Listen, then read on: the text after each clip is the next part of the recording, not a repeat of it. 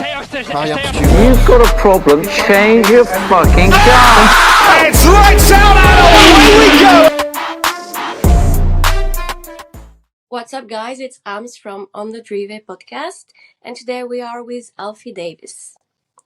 So you are 16, right? Yeah. And so you're a racing driver, of course. Mhm. Yeah. From all the places you've raced in, what's your favorite location, and where do you dream to race?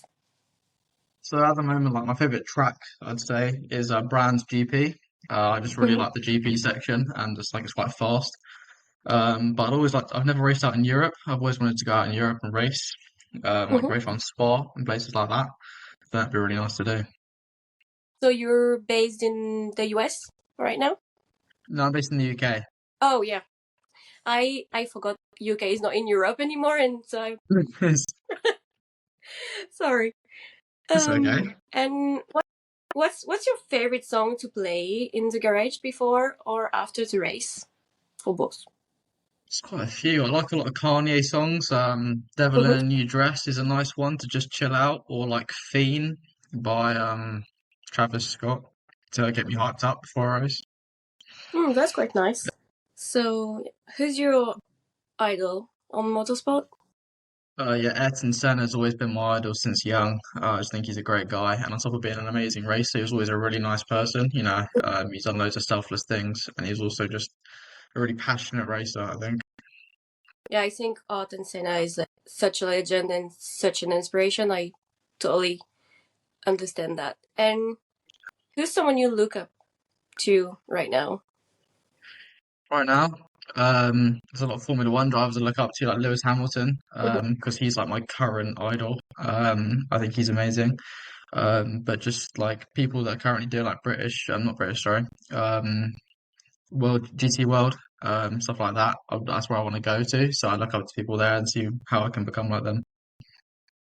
Okay. Talk to us a bit about GT. I have to admit I don't know much about it yet. I'm starting dabbling into it. Yeah, well, at the moment I'm doing Ginetta Juniors, and I'd Mhm. like to do up the GT route. As far as I'm concerned, I'm going to go GT4, GT3 maybe, and just go up that route hopefully. But obviously, there's a lot you've got to have the budget to do so. But yeah, they're just really good cars from what I've seen. It looks nice, like the type of racing that I'd want to be involved in. It just looks like a nice, fun series, action packed. It's what I love. Definitely. I've just starting to watch it this year, and Mhm. I've really liked it so far. Yeah. Okay, so talk to us more a bit. Like, how did you start motorsport? Well, yeah, I went out into Spain, like for a holiday, and just did an arrive and drive. Just paid, went out for a little bit, and I really liked it.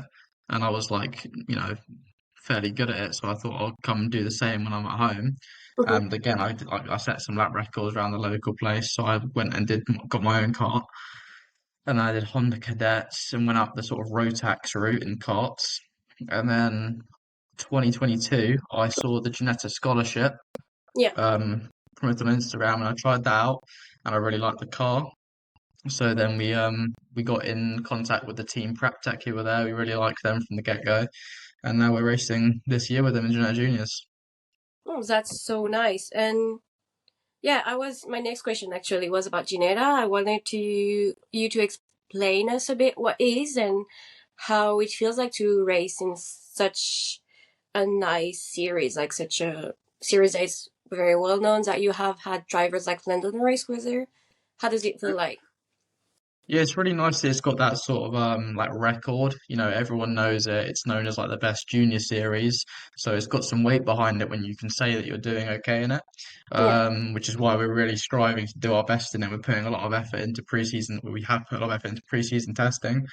Um, and it's just nice. It's a really nice car. Everyone sort of respects that they're difficult to drive. If you can drive fast in the Ginetta, you should be good in anything else. yeah, So I think, and it gives me confidence as well. If I'm able to drive a Ginetta quite fast, when I go into something else, hopefully it'll put me up the front. clearly. And when does the season start?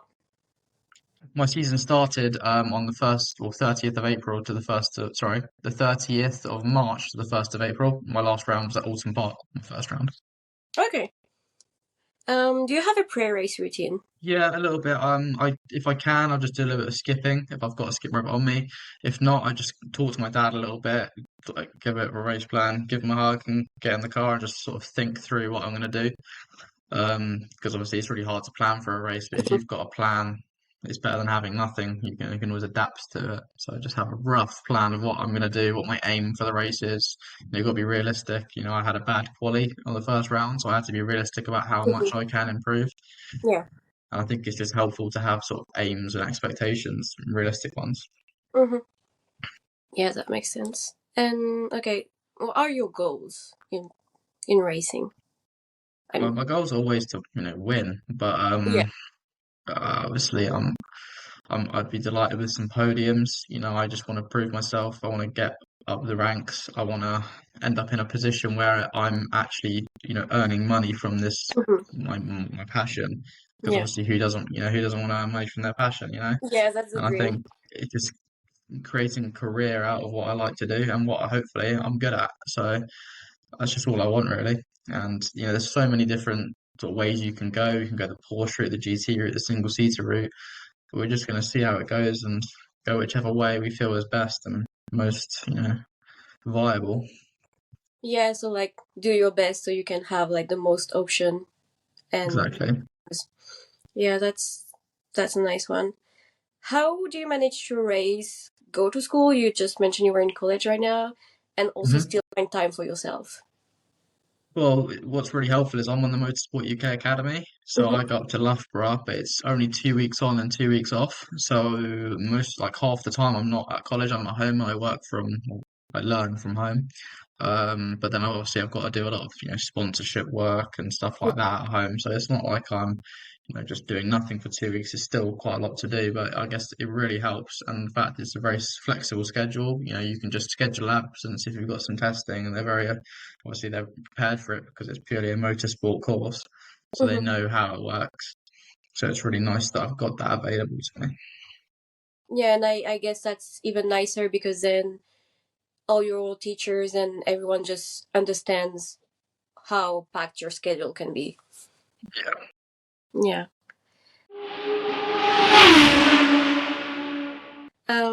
Okay, so we're gonna dab. We saw you had cancer, and Okay. we wanted to ask you a few questions if it's okay.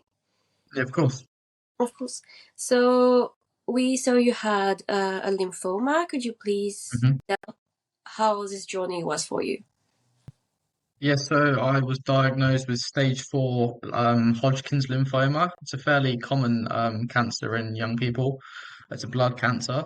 It was caught pretty late, but just in time, really. It was nice that it got caught when it did. It was COVID, really, which helped us catch it. I was diagnosed with what we thought was, well, I was not diagnosed, everyone thought I had COVID, which was why I was actually brought into hospital because I was shortness of breath and I'm feeling a bit cold. Hmm. And at the time, it was meant to be sort of attacking Yeah. younger people a little bit differently.